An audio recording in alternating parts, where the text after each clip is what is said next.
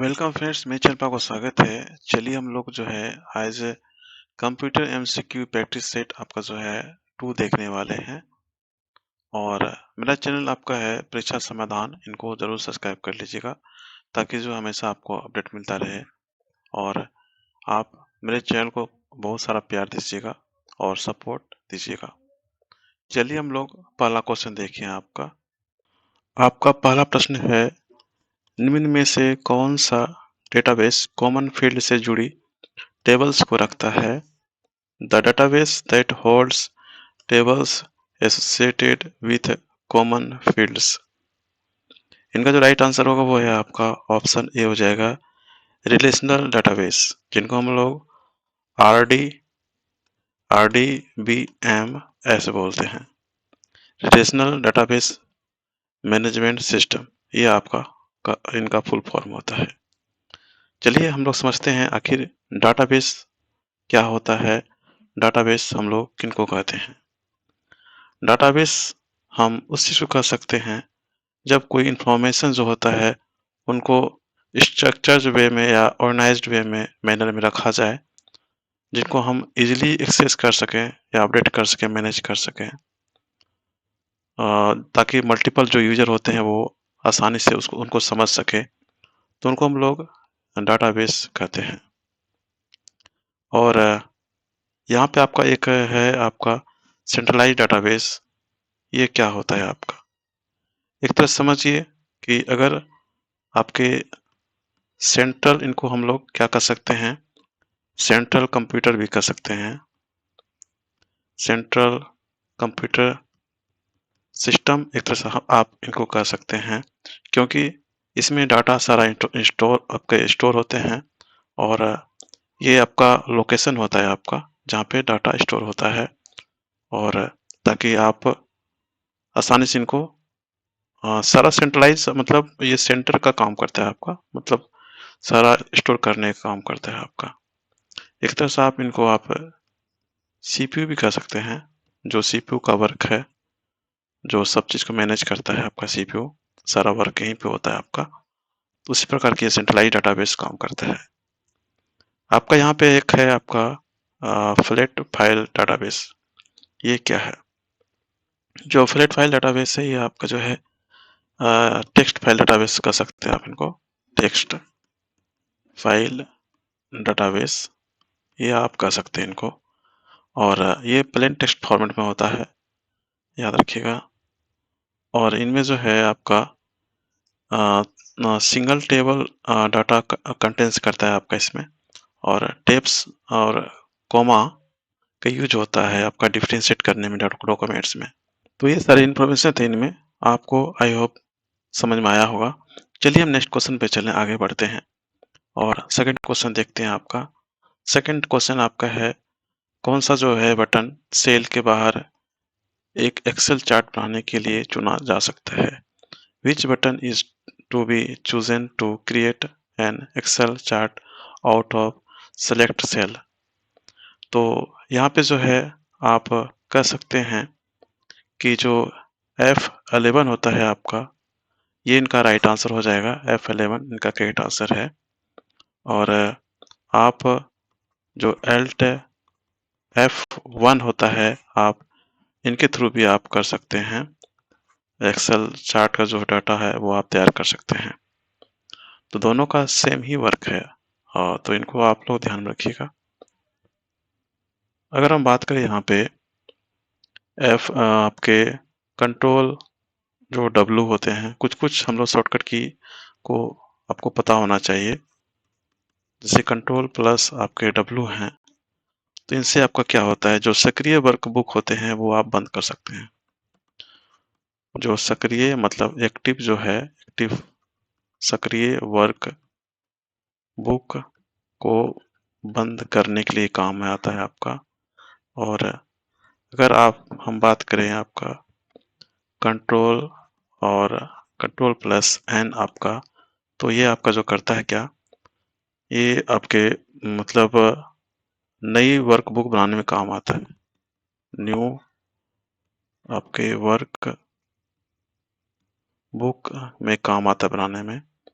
और अगर हम बात करें CTRL प्लस ओ जो होता है आपका, ये आपका जो ओपन करने में आता है, खोलने में काम आता है। जो मौजूदा आपके जो होते हैं वर्कबुक होते हैं, उनको ओपन करने में काम आता है। वर्कबुक ओपन करने के लिए आपका कंट्रोल ओ का यूज होता है। और अगर बात करें हम लोग सेव करने के लिए, तो CTRL प्लस एस का मतलब होता है सेव, याद रखिएगा। और CTRL प्लस अगर C हो तो इससे कॉपी होता है आपका, और CTRL प्लस अगर X हो इनसे आपका कट होगा। मतलब आप जो चेनिस सेल होता है उनको आप जो क्लिपबोर्ड होते हैं उनसे आप हटा सकते हैं, कट कर सकते हैं। और अगर बात करें CTRL प्लस आपका जो है भी होता है आपका, इनसे आपका जो है पेस्ट होता है। तो जो क्लिपबोर्ड की सामग्री होता है, मतलब चाइनीज सेल में आप उनको डाल सकते हैं, पेस्ट कर सकते हैं। तो इनको भी आप लोग जरूर रखिएगा याद, मतलब जो शॉर्टकट की होते हैं, आपसे एग्जाम में पूछ सकता है। चलिए हम लोग बढ़ते हैं, नेक्स्ट क्वेश्चन देखते हैं आपका थर्ड नंबर। थर्ड में क्वेश्चन आपका है, what is the minimum bandwidth required for a broadband connection. एक ब्रॉडबैंड कनेक्शन के लिए आवश्यक न्यूनतम बैंडविड्थ क्या है। जो आपके ब्रॉडबैंड होते हैं कनेक्शन, उनके लिए आवश्यक न्यूनतम बैंडविड्थ क्या होना चाहिए, तो वो आपका 256 होना चाहिए kbps। याद रखिएगा 256 kbps। तो ऑप्शन जो है बी इनका राइट आंसर है, 256 kbps। अगर आपका kbps लिखा हुआ है तो इनका फुल फॉर्म क्या होता है, याद रखिएगा। किलो, आपका अगर बी स्मॉल है आपका, तो अगर बी स्मॉल है तो बिट्स होता है, याद रखिएगा। और किलो बिट्स पर सेकेंड। अगर आपका कैपिटल बी हो तो इनका मतलब होता है बाइट, और अगर स्मॉल बी है तो बिट्स होता है। तो 256 किलो बाइट्स पर सेकेंड आपका न्यूनतम बैंडविड्थ होता है। तो ऑप्शन जो है बी इनका करेक्ट आंसर है। चलिए नेक्स्ट क्वेश्चन देखते हैं आपका फोर्थ नंबर। आपका फोर्थ क्वेश्चन है, जब प्रेषक और रिसीवर एक ही सिस्टम पर होते हैं तो हमें केवल ब्लैंक स्पेस की आवश्यकता होती है। When sender and receiver are on the same system, we need only। इनका जो राइट आंसर होगा वो है आपका ऑप्शन डी हो जाएगा, यूजर एजेंट्स की जरूरत पड़ती है आपका। तो याद रखिएगा इनको। तो ऑप्शन जो है डी इनका राइट आंसर है। आईपी का फुल फॉर्म क्या होता है आपका, इंटरनेट प्रोटोकॉल होता है, याद रखिएगा इंटरनेट प्रोटोकॉल। और आईपी एड्रेस कितने बिट का होता है, 32 बिट का होता है। आईपी एड्रेस होते हैं वो आपके जो 32 बिट के होते हैं, और 32 बिट होता है और संख्या का होता है, उनमें आपके जो होता है 4 बिट विभाजित होते हैं।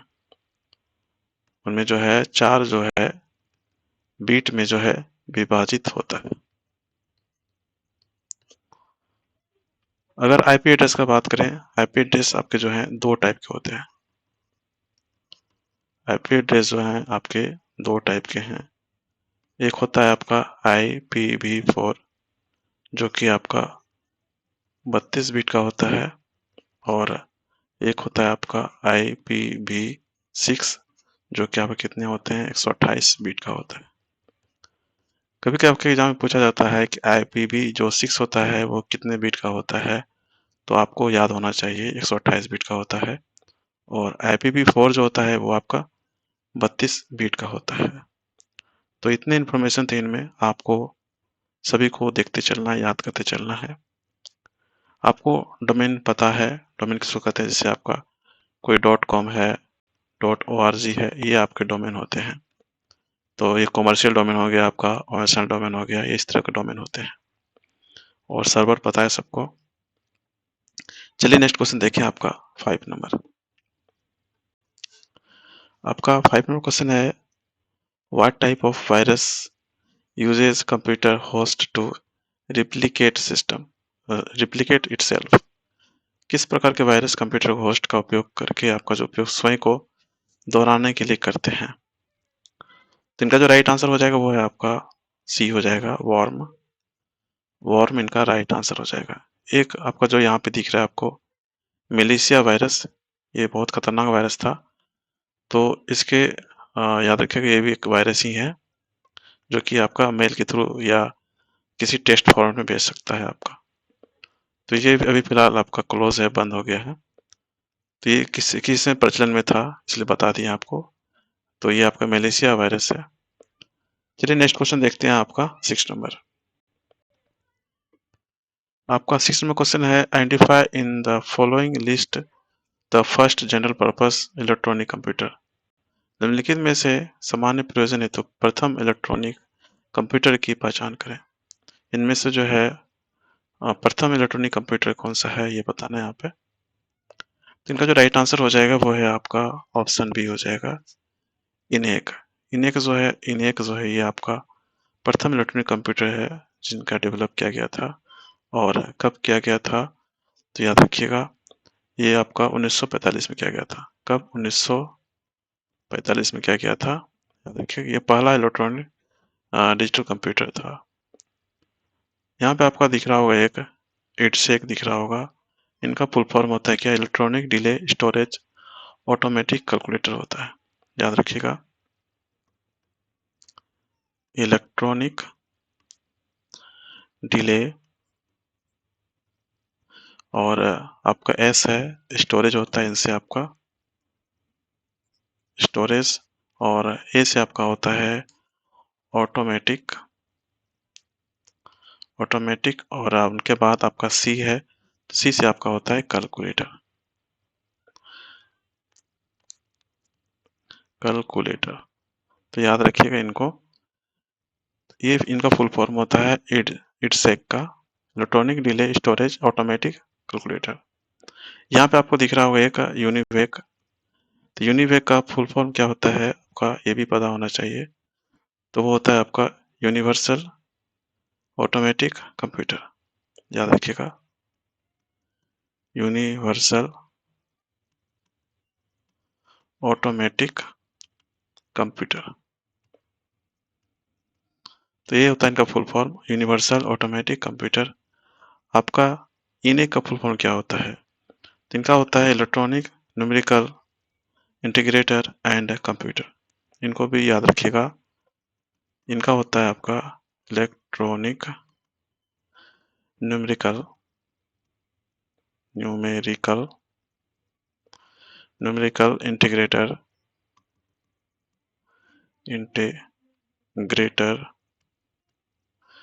And computer. ये होता है इनका फुल फॉर्म। इसको भी आप लोग जरूर याद रखिएगा। आपको दिख रहा होगा लास्ट में आपका डी में है आपका एनालिटिकल इंजन। इनको डेवलप किन्होंने किया था? ये थे आपका चार्ल्स चार्ल्स बेबेज। इन्होंने किया था, याद रखिएगा इन्होंने किया था एनालिटिकल इंजन का डेवलप किया था।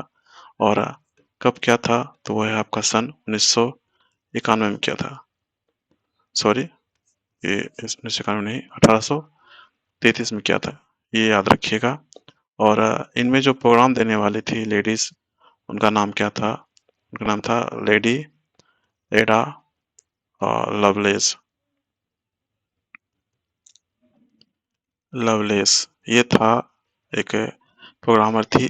और ये फर्स्ट प्रोग्रामर, याद रखिएगा फर्स्ट प्रोग्रामर। तो ये भी याद रखिएगा ये फर्स्ट प्रोग्रामर है आपका लेडी एडा लवलेस। इन्होंने आपका जो है एनालिटिकल इंजन जो है इनमें दिया था प्रोग्राम। और ये डेवलप हुआ था आपका 1833 में हुआ था। तो ये भी याद रखना है। चलिए नेक्स्ट क्वेश्चन देखें आपका अगला प्रश्न 7 नंबर। 7 और क्वेश्चन है what is the shortcut key to open file explorer in the operating system. Operating system में फाइल एक्सप्लोरर को ओपन करने के लिए शॉर्टकट की क्या होता है? जो आपके फाइल एक्सप्लोरर होते हैं उनको ओपन करने के लिए शॉर्टकट की क्या होता है ये बताना है यहाँ पे। जिनको इनका जो राइट आंसर है वो है आपका ऑप्शन ए हो जाएगा आपका विंडोज प्लस ई। विंडोज लोगो जो होते हैं आपके और प्लस ई को अगर क्लिक करते हैं तो आपका फाइल एक्सप्लोरर आपका ओपन हो जाएगा। यहाँ पे आपका बात करें, यहाँ पे विंडोज़ आपके डीबी हैं, एच है, तो इनको भी आप समझिएगा। जो विंडोज़ एच है आपका, ये आपका माइक्रोसॉफ्ट जो होते हैं,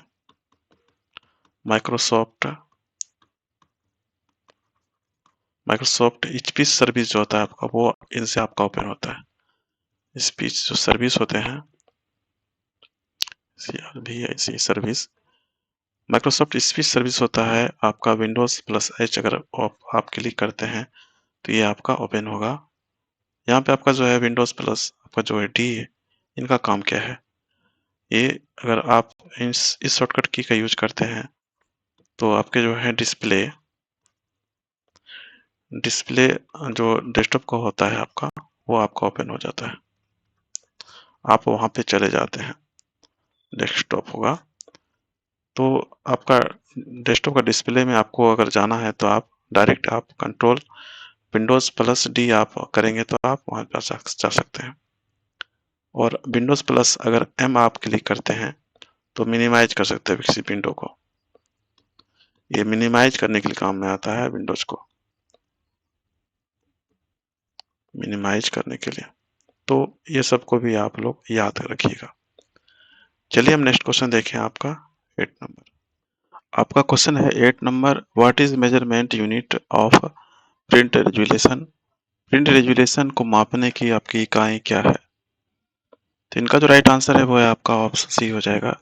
डीपीआई के डीपीआई इनकी इकाई होती है, मापने की इकाई डीपीआई होती है, जिनको हम लोग क्या कहते हैं, डॉट पर इंच कहते हैं। इनका फुल फॉर्म होता है, याद रखिएगा, डॉट पर इंच में इनको मापा जाता है, जो कि प्रिंटर रेजुलेशन की मापने की इकाई है डीपीआई। अगर हम देखें इनमें आपका जो है ये पीपीएम क्या है आपका, ये आपका जो है पेज पर मिनट इनका होता है फुल फॉर्म, पेज पर मिनट। देखिए पेज पर मिनट इनका फुल फॉर्म होता है। अगर हम बात करें आपका एलपीएम, तो एलपीएम क्या होता है आपका, लाइंस पर मिनट होता है इनका, लाइंस पर मिनट इनका फुल फॉर्म होता है। और एम एच जेड है ये आपको पता है, मेगा हर्ट्ज होता है इनका सबको पता है।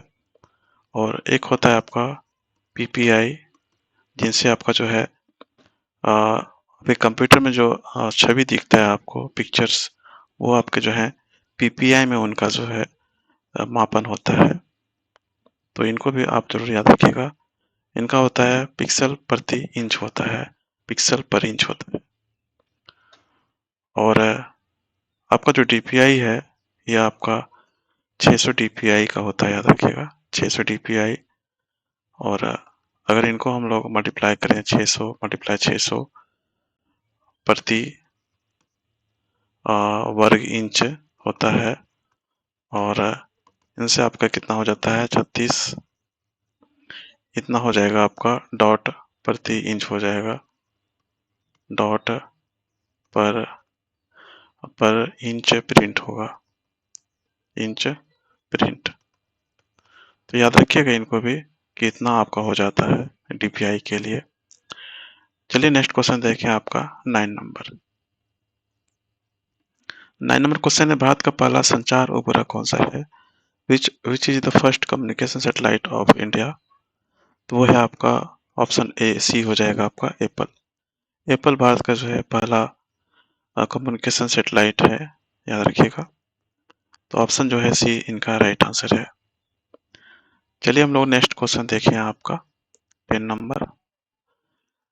10 में आपका है, निम्न में से कौन डेटा की जरूरतों का अनुमान लगाकर हार्ड डिस्क के प्रदर्शन में सुधार करता है। Which of the following improves hard disk performance by anticipating data needs. तो वो है आपके ऑप्शन सी हो जाएगा, डिस्क कैशिंग। ये इनका जो है राइट आंसर हो जाएगा। चलिए हम बढ़ते हैं आगे अगला प्रश्न की ओर, और नेक्स्ट क्वेश्चन देखें आपका। नेक्स्ट क्वेश्चन आपका है 11 नंबर।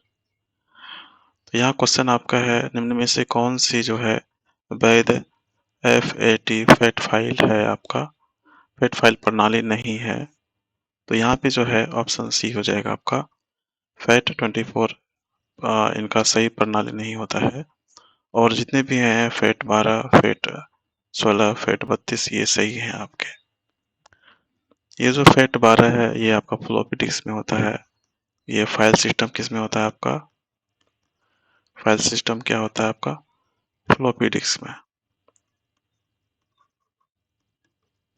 ये फ्लॉपी डिस्क में फाइल सिस्टम होता है, याद रखिएगा। और ये आपका जो है फेट 16, फेट 32 ये आपको पता ही होगा। चलिए हम बढ़ते हैं अगले प्रश्न की ओर। और नेक्स्ट क्वेश्चन देखिए आपका 12 नंबर। आपका क्वेश्चन है 12 नंबर, भारत को NSM के तहत मिला पहला सुपर कंप्यूटर कौन सा है? Which is first super computer that India got under NSM? तो इनका जो राइट आंसर होगा वो है आपका ऑप्शन ए हो जाएगा आपका, परम शिवाय। ये इनका जो है करेक्ट आंसर है। चलिए हम नेक्स्ट क्वेश्चन देखें आपका। और यहाँ पे आपका जो है परम 8000 जो है आपका, ये जो है आपका ये प्रथम आपका जो है सुपर कंप्यूटर है, याद रखिएगा। ये प्रथम आपका जो है सुपर कंप्यूटर है। और अगर इनका बात करें डेवलप करने का, तो ये आपका जो है 1991 में आपका डेवलप हुआ था। कब? 1991 में। तो इसको भी जरूर आप याद रखिएगा। और एक आपका है IITM, IITM से आपका डेवलप हुआ है। इनके द्वारा आपका जो है एक सुपर कंप्यूटर है प्रत्यूष, ये आपका बनाया गया है। ये मौसम विज्ञान के लिए बनाया गया, विभाग के लिए। तो इसको भी जरूर याद रखिएगा, प्रत्यूष। और ये पुणे में डेवलप किया गया है।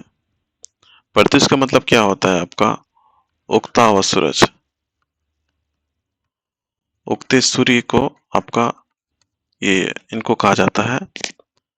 तो याद रखिएगा, इनको भी जरूर याद रखिएगा। चलिए नेक्स्ट क्वेश्चन देखें आपका 13 नंबर क्या है। आपका 13 नंबर क्वेश्चन है, भारत का पहला और सबसे तेज 210 AI पेटाफ्लॉप इस, इसके लेवल सुपर कंप्यूटर कौन सा है? Which is the first and fastest 210 AI petaflop scalable super computer? तो इनका जो राइट आंसर हो जाएगा वो है आपका ऑप्शन सी हो जाएगा आपका, परम सिद्धि। परम सिद्धि जो है इनका करेक्ट आंसर है। तो याद रखिएगा, NSM के द्वारा जो है डेवलप किया, इनके तहत बना हुआ आपका परम शिवाय है। और परम सिद्धि जो है 2010 AI petaflop scalable super computer है, याद रखिएगा परम सिद्धि। और भारत का पहला सुपर कंप्यूटर है परम 8000। चलिए नेक्स्ट क्वेश्चन देखें आपका 14 नंबर क्या है आपका। आपका क्वेश्चन है ICT का पूरा नाम क्या है? What is the full form of ICT? तो इनका जो राइट आंसर होगा वो है आपका ऑप्शन सी हो जाएंगे आपके, इंफॉर्मेशन एंड कम्युनिकेशन टेक्नोलॉजी। ये इनका पूरा फुल फॉर्म है, इंफॉर्मेशन एंड कम्युनिकेशन टेक्नोलॉजी। चलिए नेक्स्ट क्वेश्चन देखिए आपका 15 नंबर क्या है आपका। आपका 15 नंबर क्वेश्चन है, CPU और पेरिफेरल डिवाइस के बीच अंतर को हल करने के लिए कंप्यूटर के किस घटक का उपयोग किया जाता है? Which component of computer is used to resolve the difference between CPU and the peripheral device? तो इनका जो राइट आंसर हो जाएगा 15 का वो है आपका ऑप्शन बी हो जाएगा, इंटरफेस यूनिट। याद रखिएगा, इनका राइट आंसर क्या हो जाएगा? Interface unit. चलिए हम नेक्स्ट क्वेश्चन देखें आपका। और आपको पता होगा अर्थमेटिक लॉजिक यूनिट किसको कहते हैं? ALU, जिनके आप जिनमें आपका जो है अर्थमेटिक ऑपरेशन होता है, जैसे आपका प्लस माइनस मल्टीप्लिकेशन डिवीजन, ये सारे होते हैं। कंट्रोल यूनिट आपका जो है CPU में होता है। CPU में दो कंपोनेंट होते हैं, एक ALU होता है आपका और एक CU होता है। और मेमोरी यूनिट तो आपको पता है। चलिए नेक्स्ट क्वेश्चन देखें आपका 16 नंबर। 16 नंबर क्वेश्चन है, उबुंटू, मिंट, फेडोरा इनमें से किसके संस्करण हैं? Ubuntu, Mint and Fedora are version of which of the following? ये तो इनका राइट आंसर ऑप्शन ए हो जाएगा आपका लिनक्स। ये लिनक्स का वर्जन है, याद रखिएगा। उबुंटू, मिंट, फेडोरा ये सभी, तो इनको आप जरूर याद रखिएगा। विंडोज 10, अभी विंडोज 11 आपका लेटेस्ट वर्जन आ गया है, तो ये सब आपको, ये सभी आपके ओएस के वर्जन हैं। बट लिनक्स के जो है उबुंटू, मिंट, फेडोरा जितने भी संस्करण हैं ये सभी आपके लिनक्स के हैं। नेक्स्ट क्वेश्चन देखें आपका 17 नंबर, निम्न में से कौन सा फाइल विस्तार यह दर्शाता है कि फाइल को माइक्रोसॉफ्ट पेंट में बनाया गया है? Which of the file extension indicate file create in Microsoft Paint? तो इनका जो राइट आंसर हो जाएगा 17 का, तो वो हो जाएगा आपका ऑप्शन ए हो जाएगा आपका BMP। BMP इनका जो है राइट आंसर हो जाएगा। BMP का पूरा नाम क्या है आपका? बीट मैप इमेज, याद रखिएगा। बीट मैप आपका जो है इमेज फाइल, ये होता है इनका फुल फॉर्म आपका BMP का, बीट मैप इमेज। और DOC जो है ये डॉक्यूमेंट्स का है। अगर हम बात करें STK का, तो ये इनका होता है आपका सिस्टम टूल किट होता है, याद रखिएगा। सिस्टम टूल किट होता है इनका फुल फॉर्म। और PPT तो आपको पता होगा, पावर पॉइंट प्रेजेंटेशन होता है इनका, तो इनको भी आप लोग जरूर याद रखिएगा। चलिए नेक्स्ट क्वेश्चन देखें आपका 18 नंबर क्या है।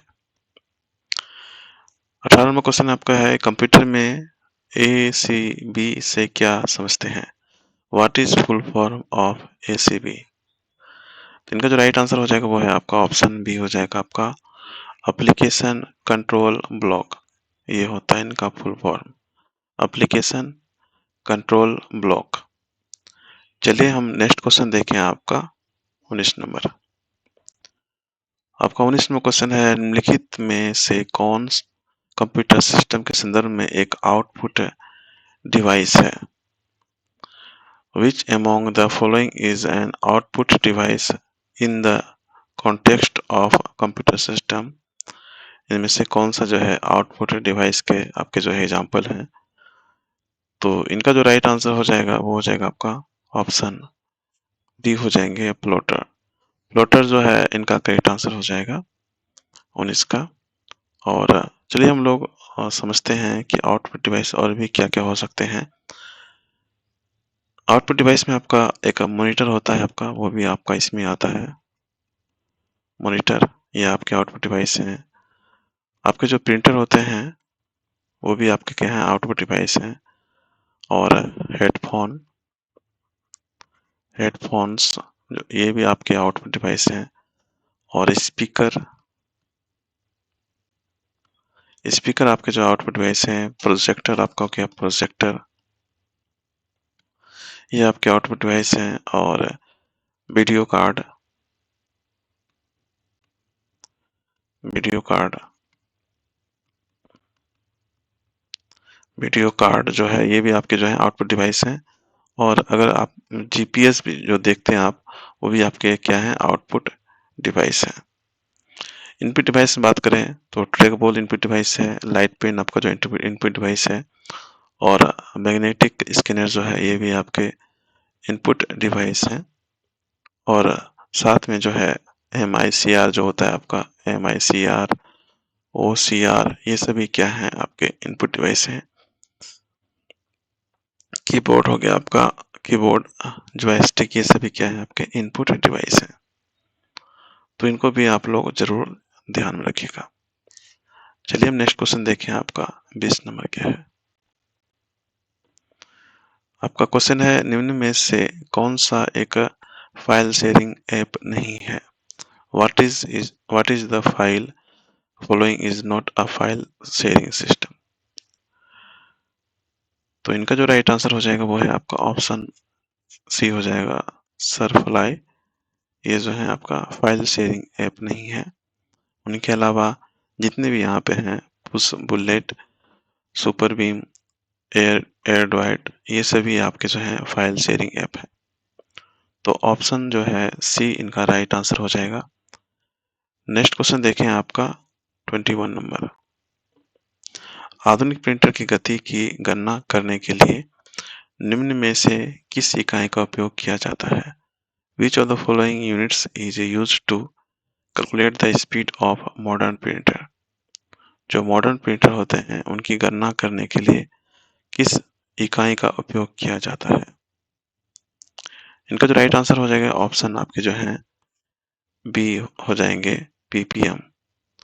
याद रखिएगा पीपीएम का फुल फॉर्म क्या होता है ये भी आपको पता होना चाहिए। पेज पर आपके जो है मिनट ये होते हैं, ये इनके फुल फॉर्म होते हैं पेज पर मिनट। इनके थ्रू क्या होता है कि आपका जो आधुनिक प्रिंटर है उनकी गति की गणना की जाती है। आपको बता दें कि यहाँ पे जो आपका सीपीएम है इनका फुल फॉर्म क्या होता है, सभी का फुल फॉर्म आपको पता होना चाहिए। सीपीएम है तो इनका होता है आपका कैरेक्टर पर मिनट होता है आपका,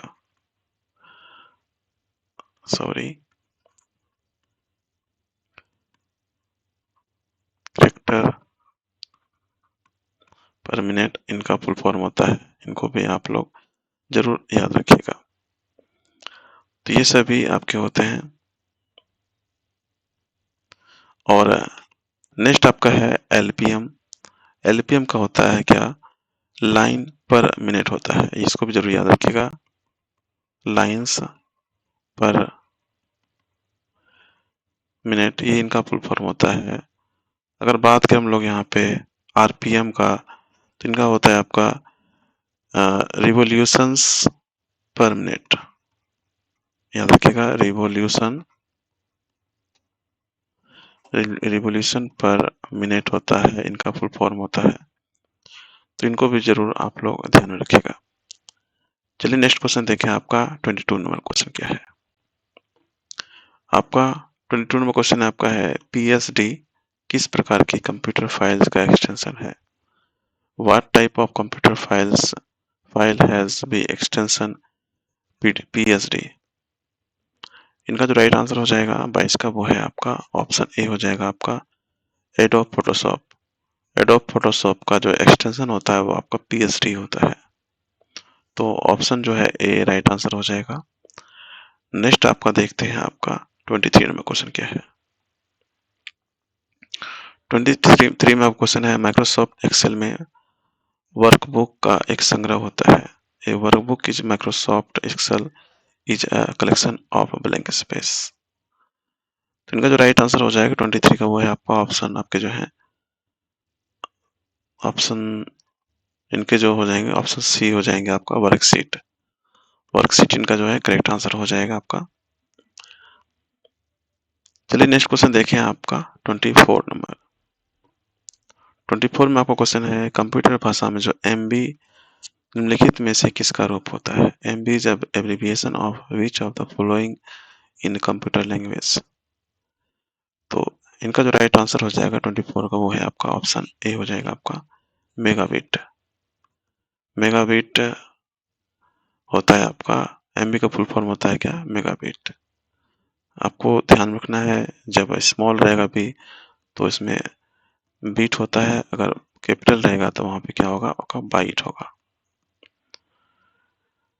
चलिए हम लोग इनको समझते हैं। आपका एमबी के बाद क्या होता है, एमबी जीबी टीबी ये सभी होते हैं। इनको हम लोग देखें आपका जैसे आपका बाइट्स है तो अगर 1024 बाइट्स है तो इनका क्या हो जाएगा एक केबी होता है। फिर अगर 1024 आपका जो है अगर केबी है तो आपका एक एमबी हो जाएगा आपका। और अगर 1024 आपका एमबी है तो एक आपका इनका जीबी होता है। और अगर आपका 1024 जीबी है तो एक आपका कितना हो जाएगा, एक आपका टेराबाइट हो जाता है, टीबी हो जाएगा। और अगर 1024 आपका टीबी है तो टेराबाइट के बाद क्या होता है आपका पेटाबाइट होता है। तो 1 पीबी हो जाएगा। और 1024 अगर पीबी होता है आपका, तो उनसे आपका कहता है एक आपका जो है पेटा का बाद आपका क्या एक्सा होता है, तो ई और बी हो जाएगा। और अगर 1024 अगर आपका ईबी है, तो इनके बाद एक्सा के बाद आपका क्या जेटा होता है, जेड बी हो जाएगा आपका। और 224 अगर आपका जेड बी बराबर कितना होता है आपका, तो एक वाई बी होता है। तो इनको याद रखिएगा। ये आपका के बी हो गया, आपका किलो हो गया, आपका एम बी जो है ये मेगा आपका हो गया। और अगर अगर जी बी है तो गीगा हो जाता है इनसे आपका। और टी बी है तो टेरा हो गया आपका। और अगर पी बी है तो पेटा हो गया। और अगर ई बी है तो एक्सा हो गया आपका। और अगर जेड बी है तो जेट्टा हो गया। और वाई बी का क्या होता है, योट्टा होता है। तो इनको भी जरूर आप लोग ध्यान में रखिएगा। चलिए नेक्स्ट क्वेश्चन देखें, आपका 25 नंबर क्या है। एक तुच्छ संदेश जो एक बार में ईमेल के माध्यम से कई प्राप्तकर्ताओं को भेजा गया। frivolous message sent to many recipients through email at once is a। तो इनका जो राइट आंसर हो जाएगा वो है आपका स्पैम कहते हैं उनको, याद रखिएगा। इनका राइट आंसर क्या हो जाएगा, स्पैम हो जाएगा आपका। चलिए हम बढ़ते हैं नेक्स्ट क्वेश्चन की ओर। और अगला प्रश्न देखें आपका 26 नंबर। किसी प्रोग्राम से त्रुटि हटाने को क्या कहा जाता है। The removal of error from a paragraph is called. तो इनका जो राइट आंसर हो जाएगा 26 का, वो है आपका ऑप्शन सी हो जाएंगे, डिबगिंग कहा जाता है इनको। तो ऑप्शन जो है सी इनका जो है राइट आंसर हो जाएगा, डिबगिंग। डिबगिंग क्या होता है आपका, जो आपका अगर बग है या कोई त्रुटि हो गया, दोष हो गया, बग या दोषों को आपका जो है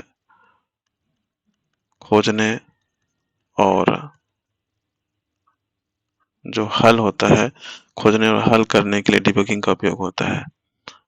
खोजने या हल करने के लिए जो है आपका ये डीबगिंग का यूज होता है, याद रखिएगा।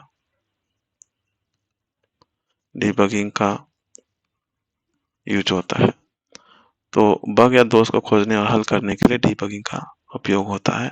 तो इनको भी जरूर आप लोग ध्यान में रखिएगा। नेक्स्ट क्वेश्चन देखें आपका हम 27 नंबर।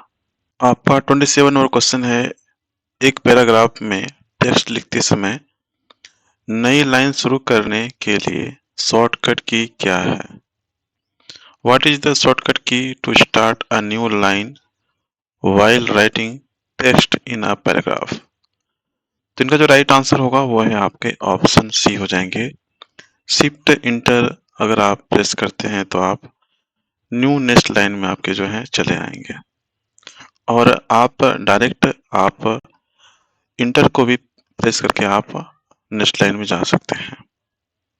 कुछ शॉर्टकट की है, आपको ये पता होना चाहिए। जैसे आपका अल्ट अगर टैब करते हैं तो आप विंडोज में जा सकते हैं। जैसे आपके कोई टास्क आपका खुला हुआ है बहुत सारे, तो आपके अल्ट जो टैब अगर आप प्रेस करेंगे तो आप सभी में आप जा सकते हैं। इनके इनके बाद इनमें आप जा सकते हैं। आप और डायरेक्ट आप अगर चाहते हैं इनको ओपन करना तो आप इनको ओपन कर सकते हैं, या तो इनको ओपन कर सकते हैं आप। तो ये आपका जो है अल्ट टैब का काम है। तो इनको आप लोग जरूर याद रखिएगा।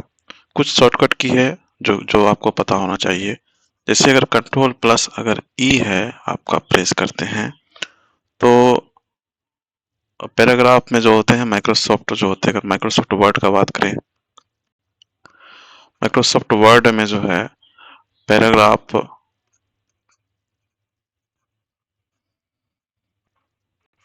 पैराग्राफ सेंटर के लिए आपका जो है ये आपका होता है आपका सेंटर कंट्रोल प्लस ई। अगर हम लोग कंट्रोल प्लस ए प्रेस करते हैं तो हम सेलेक्ट ऑल कर सकते हैं। और अगर हम कंट्रोल प्लस आपके जो हैं अगर आर प्रेस करें, इनसे आपका जो है जो अलाइनमेंट होता है आपका अलाइन टू आपके जो है राइट पैराग्राफ, ये आप इससे पैराग्राफ आपके राइट में आप चले जाएंगे। इनसे आपका लाइन जो भी होता है पैराग्राफ एंड आपके लाइन आपके जो है इनमें आप जाने के लिए आपका कंट्रोल प्लस ई आप यूज करते हैं। और कंट्रोल प्लस अगर एल हम प्रेस करेंगे तो ये आपके अलाइनमेंट जो होते हैं अगर लेफ्ट जाना है तो उनके लिए हम लोग कंट्रोल प्लस एल जो है प्रेस करते हैं। और अगर हम लोग को कॉपी करना है तो कंट्रोल प्लस जो है सी का यूज किया जाता है कॉपी करने के लिए, कंट्रोल प्लस सी का यूज होता है। अगर पेस्ट करना है तो कंट्रोल प्लस भी का यूज होता है पेस्ट करने के लिए। और अगर कट करना है आपका तो उनके लिए कंट्रोल प्लस आपका जो है एक्स यूज होता है। तो इनको भी याद रखिएगा, ये सारे शॉर्टकट की होते हैं, आपके एग्जाम में पूछे भी जाते हैं इनसे क्वेश्चन। चलिए नेक्स्ट क्वेश्चन देखिए आपका 28 नंबर। 28 में आपका है निम्न में से कौन सा ऑपरेटिंग सिस्टम का एक प्रकार नहीं है।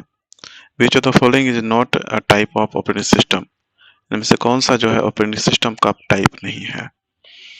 तो इनका जो राइट आंसर होगा 28 का वो है आपका ऑप्शन सी हो जाएगा, मल्टी टाइमिंग।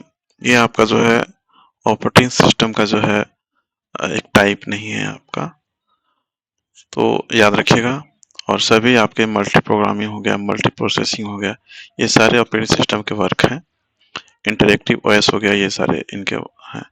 तो ऑप्शन जो है सी राइट आंसर हो जाएगा, मल्टी टाइमिंग। चलिए नेक्स्ट क्वेश्चन देखें आपका। नेक्स्ट क्वेश्चन आपका है 29 नंबर। किसी डेटाबेस में पंक्ति का अन्य नाम क्या है। किसी डेटाबेस का जो है पंक्ति का अन्य नाम क्या है। What is the another name of the row in a database. तो इनका जो राइट आंसर होगा वो है आपका ऑप्शन बी हो जाएगा। जो आपका डेटाबेस होते हैं उसका पंक्ति जो रो होता है उनका एक अन्य नाम है आपका रिकॉर्ड, उनको कह सकते हैं आप। तो ऑप्शन जो है बी राइट आंसर हो जाएगा। चलिए हम नेक्स्ट क्वेश्चन देखें आपका 30 नंबर। आपका क्वेश्चन है एक समय में एक से अधिक एप्लीकेशन चलाने की ऑपरेटिंग सिस्टम की क्षमता को क्या कहते हैं। Ability of an operating system to run more than one application at a time is called. तो इनका जो राइट आंसर होगा वो है आपका ऑप्शन सी हो जाएगा, मल्टीटास्किंग कहते हैं उनको हम लोग। इनको हम लोग क्या कहते हैं, मल्टीटास्किंग। एक से अधिक एप्लीकेशन चलाने की ऑपरेटिंग सिस्टम क्या कहते हैं हम लोग, मल्टीटास्किंग कहलाता है वो। तो ऑप्शन जो है सी इनका राइट आंसर हो जाएगा। और ये आपका जो है लास्ट क्वेश्चन था। आई होप ये पूरा आपको वीडियो अच्छा लगा होगा। अगर आप चैनल पर न्यू है सब्सक्राइब कर लीजिएगा ताकि हमेशा जो आपको अपडेट मिलता रहे, और मेरे चैनल को सपोर्ट जरूर कीजिएगा। तो मिलते हैं नेक्स्ट वीडियो में नेक्स्ट टॉपिक के साथ में। इस वीडियो में बस इतना ही था। Thank you, have a nice day and take care.